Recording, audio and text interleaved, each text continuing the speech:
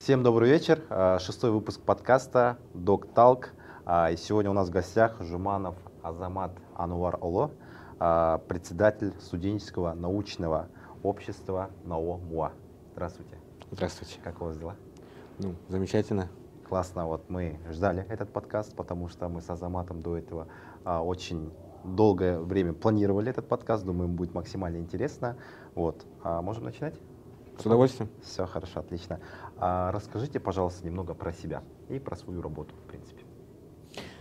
Как вы меня представили, меня зовут Азамат Ануарович. Я являюсь, помимо председателем студенческого научного общества, также и членом ученого совета нашего университета, а также членом рабочей группы молодежного блока при Национальной академии наук при президенте Республики Казахстан. И в целом являюсь молодым ученым, так как возраст позволяет быть таковым. Сколько вам лет? Мне 24 года. 24 года, да. Уже ученый получается, да? Классно. Молодой ученый это та группа людей, которая имеет ученую степень, безусловно, да, но я так как ученую степень пока еще не имею, но во всяком случае занимаюсь научной деятельностью, и это та группа людей, которым до 30 лет. До 30 лет. Это как Forbes, да? Under. Да. Что-то в этом роде. Все, хорошо. Давайте раскроем тему вашу, это студенческое научное общество. То есть какую она роль занимает в молодежи науки нашего университета? Вот этот вопрос очень всех волновал, и подписчики тоже спрашивали. Успокою подписчиков, я расскажу немного о научном обществе нашем. Наше студенческое научное общество является не единственным в университете, но оно является центрально образующим. То есть студенческое научное общество Медицинского университета Астана занимается мониторингом и курацией всей научной деятельности вуза. Это и студенческих научных кружков и сообществ при кафедрах, это иных каких-то кружков, обществ и сообществ, которые объединены какими-то иными целями в науке, да, и в стартап-деятельности в том числе. И наше общество, если говорить в целом о нем, да, наше общество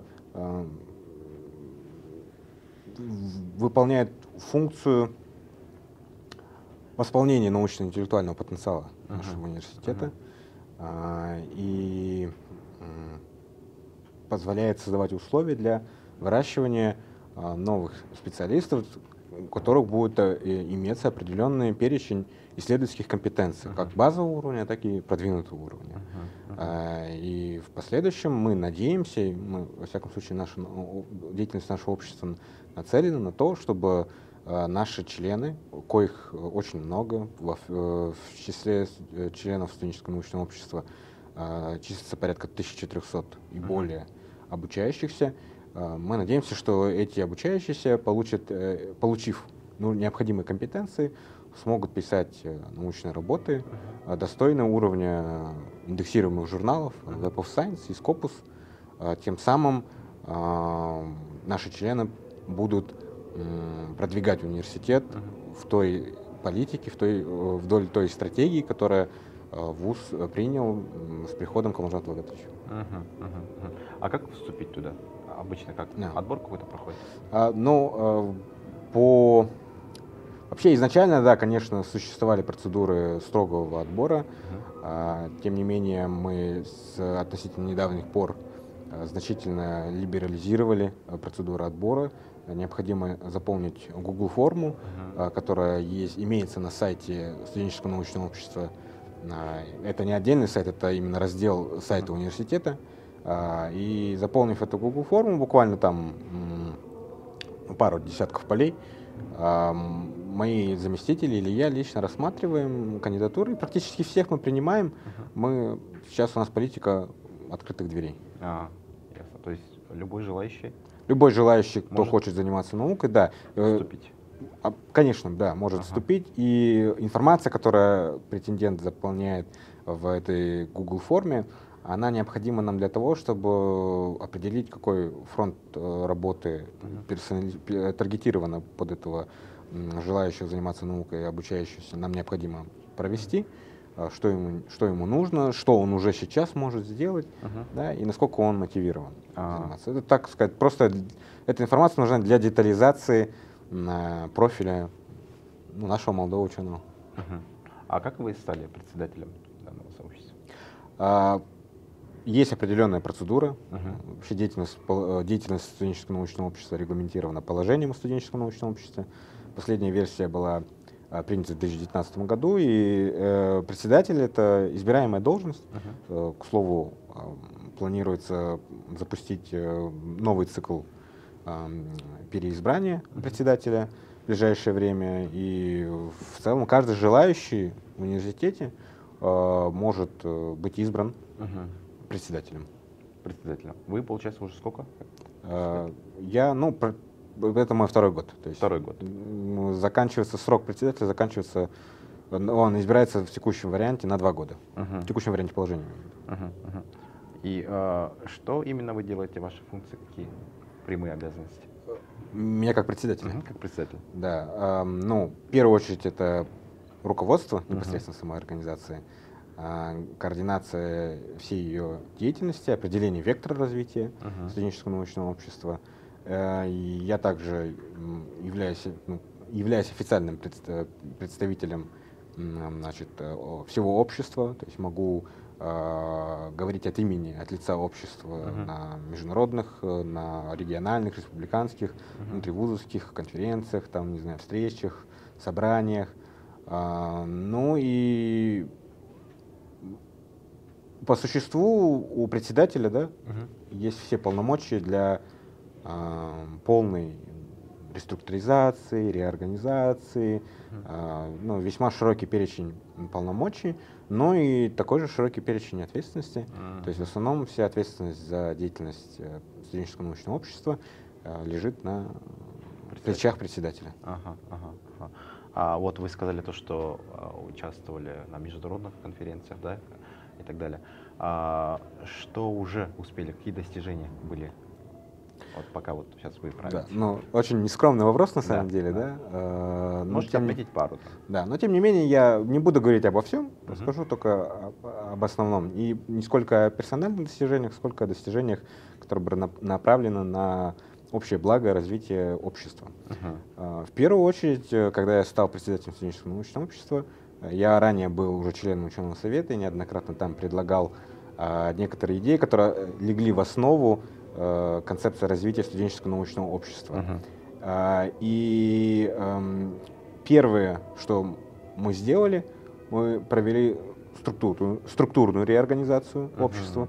Внутри общества были созданы рабочие группы, так называемые рабочие группы, по интересам исследовательским. То есть, условно, мы объединили акушер-гинекологов в отдельную субгруппу, инфекционистов в другую, людей, которые занимаются биоинженерией, в третью группу. Мы также пересмотрели количество заместителей, мы пересмотрели формат работы коллегиальных органов. Это позволило оптимизировать бизнес-процессы внутри научного общества и улучшить коммуникационную среду. Второе, что мы очень важно сделали, и, наверное, это важнее, чем структурное реформирование, это реформирование функциональной деятельности. И нашей основной целью было перейти от научно-организационной деятельности к научно-исследовательской деятельности. Опять же, это та реформа, которая отвечает интересам стратегии нашего университета. Мы планируем трансформироваться в научно-исследовательский университет. И ранее, я не скажу, что в подавляющем большинстве случаев, но ранее все-таки очень большое внимание уделялось тому, чтобы члены студенческого научного общества, как волонтеры, участвовали в организации олимпиад или участвовали в олимпиадах. А олимпиады — это все-таки больше академическое мероприятие, а не научное. Чтобы они, как волонтеры, организовывали, помогали модерировать какие-то конференции и так далее и тому подобное. Это, безусловно, важная работа, и волонтерство, оно ценится и в нашем университете, и за рубежом, но мы все-таки сместили акцент на то, чтобы наши ребята занимались научно-исследовательской деятельностью. Это другой пласт работы, требующий другой перечень навыков, и для того, чтобы удовлетворить запрос на приобретение навыков, мы пересмотрели планы работ, добавили большое количество различных семинаров, лекций. Ну, к примеру, допустим, лекции по библиографической, библиометрической аналитике, которые я сам лично провожу в таких базах данных, как Web of Science, Scopus. Это могут быть семинары, или точнее курсы по прикладной биостатистике не просто на доске, бумаге, да, когда рассчитывают, а именно в специализированных программных обеспечениях, как SPSS Statistics или Jamovi, да, где люди могут реальные или модельные данные пропустить через эти программные обеспечения и получить схожие с настоящими выводы, которые они могут, имею в виду статистические выводы, которые они могут потом анализировать и приобретать таким образом полезные навыки и знания для своих будущих исследований. Да? И много другое в этом русле мы регулярно делаем и будем продолжать это делать. Мы имеем определенные плоды уже на этом пути. Есть Виталий Викторович сам неоднократно на ученых советах или в других коллегиальных органах докладывается о том, что есть уже и обучающиеся, которые опубликовались в таких именитых журналах. У нас также есть обучающиеся, которые выигрывали внутривузовские научные гранты, то есть уже в деятельность научного общества имеются определенные притоки финансов, которые будут уходить на реализацию достаточно смелых идей, о которых я, в принципе, могу рассказать чуть позже, если вам будет интересно. Да? Ну вот в этом русле у меня, наверное, как у председателя и больше как у научного общества, как организации, включающей большое количество людей, есть такие вот достижения. Как раз таки недавно Олимпиада проходила, да, на международном уровне? Да, в области хирургии, если не ошибаюсь. Да, но я просто хочу уточнить, что там большую роль, конечно, точнее подавляющую роль сыграли иные организации, как Veritas, может быть, Enactus где-то имел свою, иные кружки хирургические. Опять же, повторюсь, что Олимпиада — это все-таки больше академическое мероприятие. Да, там, где нужно хорошо знать какие-то базисные знания, да, и вовремя их за определенное количество времени успеть проявить лучше, чем другие. Да? А все-таки научно-исследовательская деятельность, она направлена на поиск новых знаний. И для того, чтобы найти новые знания, нужны иной спектр навыков. И мы занимаемся в научном обществе в основном этим. Я вот в начале подкаста говорил, что этот подкаст должен был состояться еще на прошлой неделе, да? Мы как раз таки собирали вопросы. И вот еще один вопрос от подписчика, мы не будем называть имена. Вопрос такой: какие, на ваш взгляд, научные направления сейчас актуальны именно в медицинской сфере? Очень хороший вопрос. На самом деле их очень много, этих направлений. Давайте самые актуальные назовем. Давайте топ-5 самых актуальных. Да. Хорошо. Безусловно, хотелось бы свое направление называть актуальным. Я занимаюсь исследованием в области клеточной медицины, клеточных технологий, применение стволовых клеток в лечении различных хронических, соматических заболеваний, острых инфекционных патологий. Это направление, которое сейчас бурно развивается, и в этой области есть большая перспектива. Безусловно, биофармация будет развиваться в будущем, и те, кто успеет, так сказать, на уходящий научный хайп-трейн сесть и уехать, они, безусловно, преуспеют. Я в этом уверен. Да? Надеюсь, я в этом не ошибаюсь. А второе направление я бы назвал генной инженерии, геномные технологии. Это в контексте, это очень важно в контексте лечения орфанных заболеваний. И это направление особенно сейчас, после того, как были открыты относительно недавно, в научном мире относительно недавно, это могут пройти десятилетия, да? Но вот относительно недавно были открыты технологии CRISPR, Cas9, Cas14, да? И за счет этих технологий, да, так называемых геномных ножниц, можно заменять, вырезать определенные участки генов и заменять их с помощью векторных технологий, иных технологий, заменять на необходимые участки генов. И это то, что позволит преодолеть очень многие вызовы современной медицины. Третье направление, мне бы хотелось бы отметить, безусловно, проблемы инфекционной патологии, инфекционного контроля и, в частности, проблемы антибиотикорезистентности. Я боюсь, что это будет пандемия будущих десятилетий впереди. Возможно, бактериальные инфекции опять станут вызовами, проблемой для мирового общества. Дело в том, что человечество не успевает создавать новые виды антибиотиков, так сказать, новые группы антибиотиков, а те бактерии, которые убивают сейчас людей, они все больше и больше становятся устойчивыми к старым группам антибиотиков. В итоге, получается, кривая роста антибиотикорезистентности догоняет кривую роста открытия новых антибиотиков. И тут, безусловно, есть два направления. Направление разработки новых препаратов в лечении инфекционных патологий, в частности бактериальной, и направление, связанное больше с общественным здравоохранением, с вопросами контроля, менеджмента и контроля оборота лекарственных средств, приема лекарственных средств, назначения этих антибиотиков пациентам.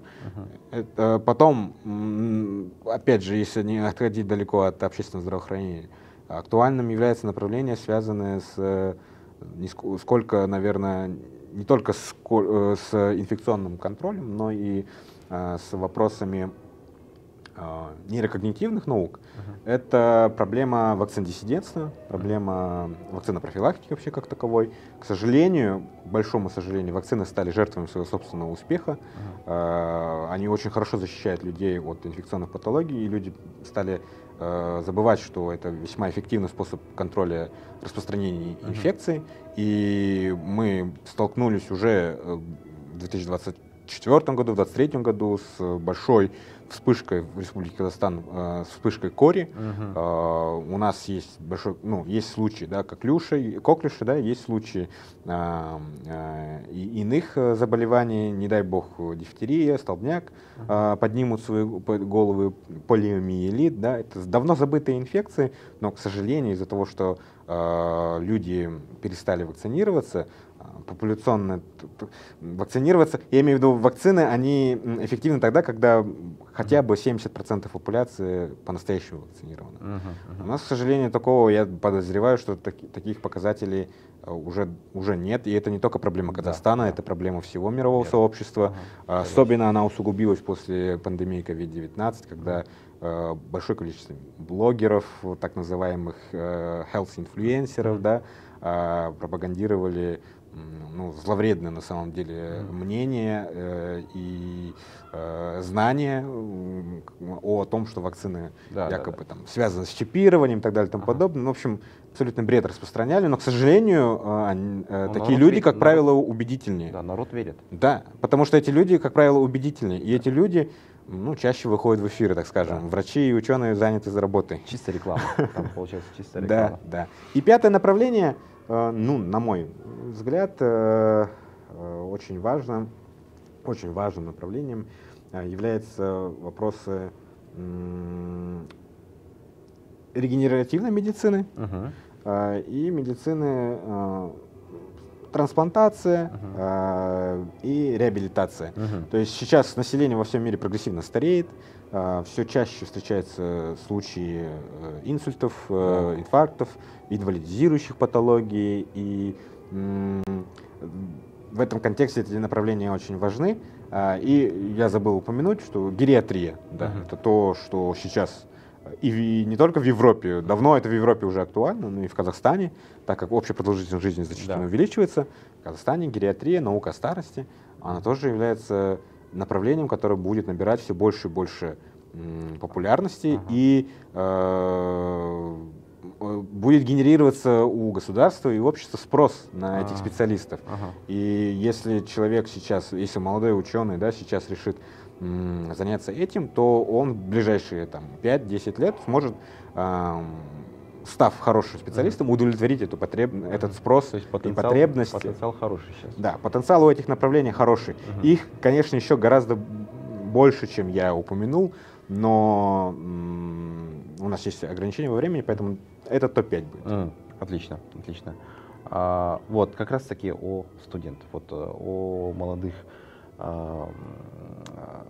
То есть сейчас вот очень много, надеюсь, нас смотрят студенты, которые, может быть, захотят после нашего подкаста вступить, да? Вот. А с какими трудностями сталкиваются студенты именно в науке, по вашему мнению? Ну, мы агрегируем определенные данные, то есть мы проводим исследования внутри своей, так сказать, когорты, обучающихся, которые числятся в составе студенческого научного общества. И вообще в целом, пойду издалека немножко, извиняюсь. Да, без проблем. В целом наука стоит на, молодежная наука, так скажем, да, стоит на 3 основных столпах.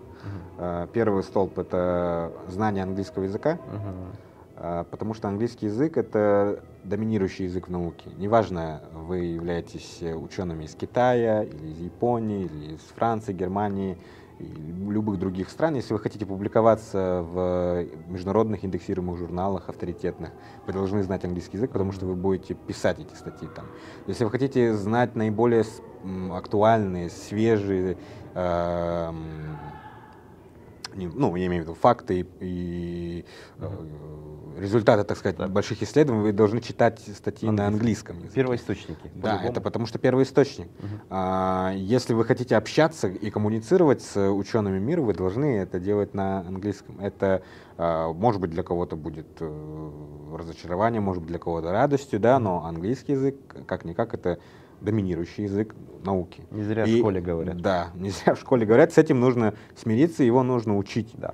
Потому что это, к сожалению, первая трудность, с которой сталкиваются наши обучающиеся. Они просто не способны читать, писать и говорить на английском. И дальше о науке уже речь, очень сложно. Использовать всякие переводчики, но это, конечно, не так эффективно. Второй столб — это понимание и знание, как правильно работать с литературными источниками. Источников огромное множество. Они могут быть достоверными, могут быть слабо достоверными, могут быть вообще абсолютно недостоверными. Это источники, которые мы называем серой литературой. Это, как правило, интернет, какие-то сайты или журналы, фейковые какие-то научные журналы или хищнические журналы, да, или журналы, которые публикуют все подряд, там, проверено, не проверено, и так далее, и тому подобное. Абсорбируя, да, читая эти статьи, вы, волей-неволей вы все равно как-то проецируете эти ложные знания себе в головной мозг, и потом это может вас привести к ложным выводам или к ложной последовательности, логической последовательности, которая приведет вас, к идее, к сомнительной идее какой-нибудь, условно, да? И вообще, в целом, любое ваше исследование, оно всегда, его гипотеза, его актуальность, обоснование всегда базируется на последних исследованиях мирового сообщества научного. И вы должны уметь правильно понять, какие источники, во-первых, надежны, во-вторых, как правильно с этими источниками работать, и в-третьих, как корректно из этих источников достать данные, которые могут лечь в основу вашего исследования. И это как раз-таки то, что я называю библиографическими, библиометрическими навыками аналитики. Вот. И это то, с чем тоже сталкиваются наши члены научного общества, с теми проблемами, которые они сталкиваются в ходе своего опыта. И третий столб, последний. Да, можно здесь добавлю, да? Мне кажется, это всем студентам вообще на заметку, потому что пишут дипломные работы, да, диссертации и так далее. Я просто сам вспомнил, когда я сам писал, я маркетолог по образованию, и когда вот мы, последняя страница диплома, где мы источники пишем, реально что попало у всех. Откуда, то есть интернет, там ссылки какие-то, открываешь эти ссылки, даже иногда научные руководители не могут понять, что, откуда мы взяли, да, данные. Вот. Это очень нужно с этим работать, мне кажется, я полностью согласен с этим. Вот. На заметку всем студентам, не только научным, да. Все, продолжайте, извиняюсь. Да. Нет, это очень, на самом деле, важный комментарий, потому что мы так думаем очень, ну, Просто взять, скопировать. В свете своей, так сказать, профессиональной ориентированности я, как правило, думаю только о науке, но на самом деле это связано с повседневной академической деятельностью. Конечно. Да, ведь, ну и третье, да, направление, третий столб, последний, базовый, так скажем. Ага. Это навыки работы с данными. Ага. То есть есть отсутствие, я даже четвертый столб добавил, есть вот отсутствие понимания, часто отсутствие понимания того, как данные собирать, как их обрабатывать, как их потом в последующем, используя какие программы обеспечения, используя какие методы, потом анализировать эти данные. Вот, это тоже проблема. И четвертый столб — это вот проблема, связанная с доказательной медициной, да. Но у нас, слава богу, в университете есть дисциплина, ну, практически на всех образовательных программах, но дисциплина называется доказательная медицина. Дербисалина Гульмира Абдимаджитовна, заведующая кафедрой семейной медицины с курсами доказательной медицины, проводит эти курсы, преподаватели там замечательные, но хотелось бы, чтобы, конечно, эти принципы доказательной медицины, они интегрировались в образовательную повседневную деятельность не только в контексте одной дисциплины, одного курса, да, но как бы красной нитью проходили через широкий спектр клинических фундаментальных наук, которые преподаются в нашем университете. Хорошо. Вопрос, наверное, более такой личный, да, но именно по вашему пути. Чему вы сами научились в этом, получается, пока вот проходили путь? Председателя, да? Да, председателя. Или вообще в целом как ученого? Нет, именно председателя. Давайте. Председателя? Да. Как председателя, да? Да, как председателя. Ну, я могу сказать, что с уверенностью сказать, что быть председателем такой крупной организации, руководителем такой крупной организации, это большой опыт, управленческий опыт. Это во-первых. Во-вторых, мы встречались со многими учеными, вели корреспонденцию с различными учеными не только Казахстана, но и других международных ассоциаций, других стран заокеания, да. И на самом деле я персонально, как личность, получил большое количество знаний. Да. Знаний в области тех самых базовых столпов, о которых я сам говорил. Все-таки врач, и вообще любой человек, он может бесконечно долго учиться. И чем дольше ты учишься, тем больше ты понимаешь, что ты ничего не знаешь. Вот. И, безусловно, мне самому опыт председательства помог приобрести большое количество софт и хард скиллов. Отлично, отлично. Последние 3 вопроса остались. Что вы хотели бы пожелать студентам, которые только начинают свой путь в науке? Ну, да, вопрос... Больше как пожелание, наверное. Да, вопрос хороший. Наверное, я обращусь лично к подписчикам, слушателям этого подкаста и скажу, что прежде всего необходимо учить, как я ранее сказал, английский язык. А второе, если вы хотите открыть какую-то идею, если вы хотите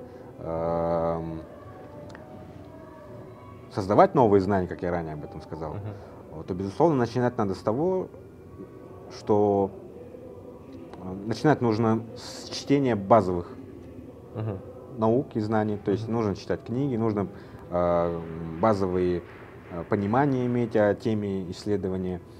Далее уже вы сужаете свой круг интересов до каких-то обзорных статей по тематике определенной или по патологии определенной, а потом уже от обзорных статей переходите к оригинальным исследованиям и по очень узкоспецифической тематике. И там развиваться. И там развиваться, и, возможно, уже в ходе этого процесса, вот как от конуса, да, конусообразный такой процесс, как туннельное зрение, вы от широкого идете к узкому, от общего к частностям, и уже потом внутри этих частностей у вас как-то вот щелкнет, что раз, и идея появилась. Вот я могу исследовать что-то в этом очень узком направлении. Может быть, на этапе раньше у вас возникнет какая-то идея, но во всяком случае всегда нужно идти от общего к частному. В любом направлении вы не обязательно специализироваться только по каким-то там узким патологиям акушерства и гинекологии, да? Но в любом случае, если вы хотите что-то найти, с чем вы начнете потом в будущем работать, как ученый над определенным проектом, да, исследовательским, вам нужно соблюдать вот такие вот принципы. И вот два моих основных пожелания подписчикам, которые хотят заниматься наукой, это вот следовать этим принципам. Учить английский язык и всегда приобретать как можно больше знаний от общего к частному. Отлично. А что вы можете пожелать развитию науки именно в Казахстане? В Казахстане? Да. Масштабный вопрос, Да. требующий масштабного ответа. На мой взгляд, я полностью, во-первых, поддерживаю политику президента Касым-Жомарта Кемелевича Токаева в вопросах того, что необходимо вкладывать, инвестировать финансовые средства в науку. То есть сейчас повышают зарплаты ученым, дают деньги не только за степень, но и за ученое звание. Да. Безусловно, сейчас очень увеличился пакет фонда научного для обеспечения грантов, суммы грантов увеличились. Конечно же, хотелось бы большего, это пока еще не конкурентоспособные параметры именно со странами развитого Запада или развитого Востока, но тем не менее вектор очень правильный. Однако я бы хотел бы детализировать, что нужно развивать не только прикладные направления наук, да, которые потенциально могут коммерциализироваться или там, в каком-то краткосрочном периоде выйти в какой-то коммерческий продукт. Да? Необходимо очень много денег инвестировать в фундаментальные науки, фундаментальные направления, потому что что-то новое, по-настоящему новое, генерируется там, в фундаментальных науках. И я бы просто, чтобы не быть голословным, хотел бы привести пример с Дании. Есть там компания одна, Novadesk, как-то вот забыл, к сожалению, название, на языке крутится. Она является производителем препарата Оземпик и Вигави. Это препараты новой группы лекарственных средств. Это антагонисты рецепторов глюкагон-подобного пептида 1. Вот, и они применяются в лечении ожирения, точнее диабета изначально второго типа, потом, как выяснилось, что еще они эффективны в лечении ожирения, потому что подавляет в первую очередь центры голода, да, у человека. И этот препарат стал настолько популярным в западном мире, где, к сожалению, частота ожирения, она очень распространена. Говорит человек, у которого самого есть избыточный вес, да. Эти препараты настолько стали там популярными, что буквально одна компания с крупным заводом фармацевтическим, с одним наименованием препарата, в который они инвестировали огромное количество денег, да, для его разработки, так как он новый. Но вот эта одна компания смогла нарастить свою капитализацию общую в порядка более 440 миллиардов долларов США.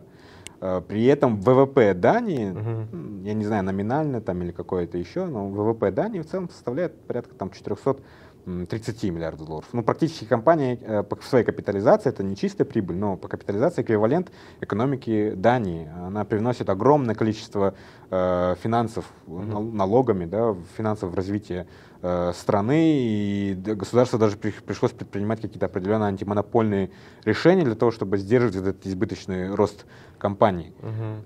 То есть это страна или сама компания, да, точно это коммерческие тайны, как бы мы не знаем, но они вложились в фундаментальные исследования новой группы препаратов и заработали на этом. Почему? Потому что, когда вы создаете что-то новое, у вас нет конкурентов, вы становитесь первыми на рынке.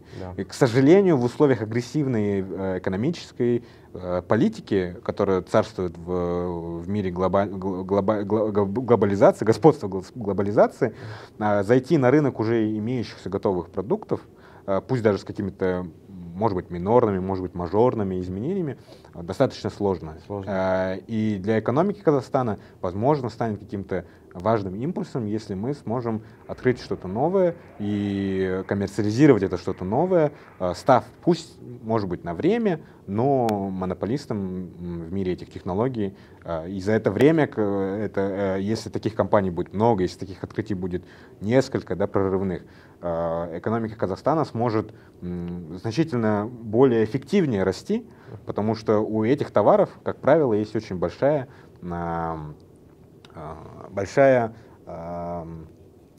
добавочная стоимость. То есть, если мы нефть продаем за плюс-минус 10% от того, сколько мы потратили на ее добычу, то у таких препаратов может быть 300, 200, 500% добавочная стоимость.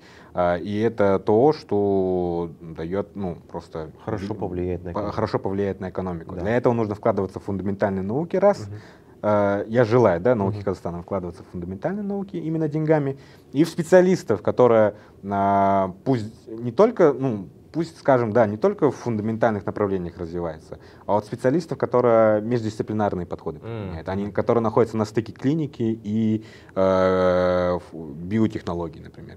Супер. Вот. Я могу об этом говорить бесконечно и много ужас, Маратович, но если суммировать мое основное пожелание... Мне кажется, уже они очень много услышали.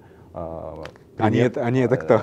Наши будущие, кто смотрит наш подкаст, особенно пример изданий очень хороший. Я даже сам окунулся, уже начал думать, как это все было. Вот. И, наконец, последний вопрос. В чем сила, брат? В чем сила? Да. В информации. В информации? Да, в информации. Круто. Все? Да. Можем заканчивать. Все, Рахмет вам большой. Вам спасибо большое, что пригласили и послушали. Да, очень. Мне самому было интересно, честно. Вот сколько подкастов, это, наверное, один из самых топовых подкастов. Долгожданный подкаст. Я ждал, я постоянно писал своим ребятам, когда мы с Азаматом встретимся, когда услышимся, запишем подкаст и так далее. Круто. Спасибо еще раз, что пришли. Спасибо, что пригласили. Да. Я буду рад быть гостем ваших следующих подкастов. Я думаю, тем для обсуждения много. Конечно, у нас будет еще второй сезон подкаста. Сейчас мы, получается, пройдемся по всем. Второй сезон обязательно пригласим вас. Все, Рахмет, подкаст БТ. Всем всего хорошего. Рахмет. Спасибо, удачи.